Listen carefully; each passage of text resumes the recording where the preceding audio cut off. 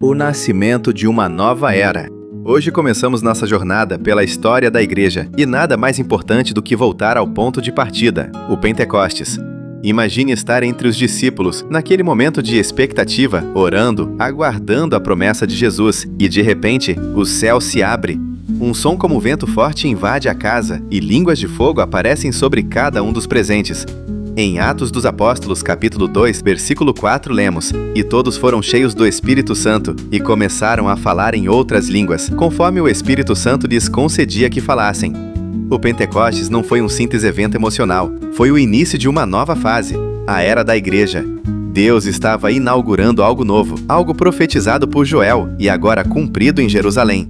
O Espírito Santo desceu, não apenas para emocionar, mas para capacitar. Uma igreja nascia, uma igreja com missão.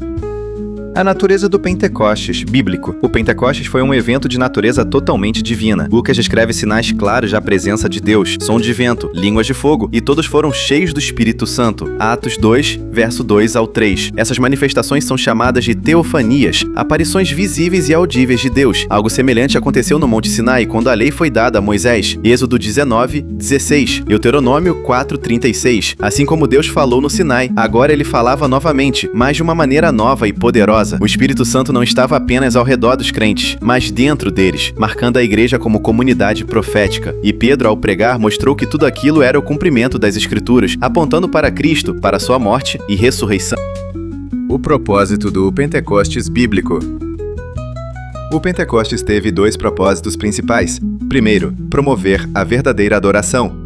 O texto de Atos 2.11 mostra que as pessoas ouviram os discípulos falando das grandezas de Deus em suas próprias línguas. O Pentecostes genuíno gera louvor e adoração sincera. Segundo propósito, dar poder para testemunhar. Como Jesus já havia prometido, Atos 1.8, os discípulos receberam força espiritual para pregar o Evangelho. A igreja não nasceu para se esconder, mas para ser testemunha até os confins da terra. Não é uma igreja passiva, mas uma igreja em missão, mesmo diante da perseguição. As características do Pentecostes bíblico. O Pentecostes é uma experiência específica, definida e também contínua. Foi uma promessa de Jesus que se cumpriu de forma clara. Os crentes foram batizados no Espírito Santo. Atos capítulo 1, versículo 5-8. Importante destacar que os discípulos já eram salvos, mas ainda precisavam dessa capacitação especial para a obra. Outro aspecto essencial, a evidência física inicial do batismo no Espírito Santo foi o falar em outras línguas, Atos 2:4. Não foi um sentimento de alegria, nem um amor repentino, foi algo visível e audível. Mais tarde, em Atos 10, esse mesmo sinal confirmou que os gentios também receberam o Espírito.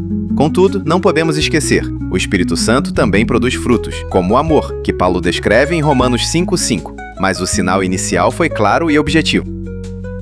Uma igreja com missão. O Pentecostes não foi o fim de uma história, mas o começo de uma caminhada poderosa. Uma igreja nascida para cumprir um propósito, testemunhar de Cristo ao mundo, seja por palavras, seja por ações, e sempre no poder do Espírito Santo. O que aprendemos hoje? Que não podemos fazer a obra de Deus na força humana. Precisamos buscar o enchimento diário do Espírito Santo, viver uma vida de adoração, ser testemunhas vivas e preparar o coração para o grande dia do Senhor.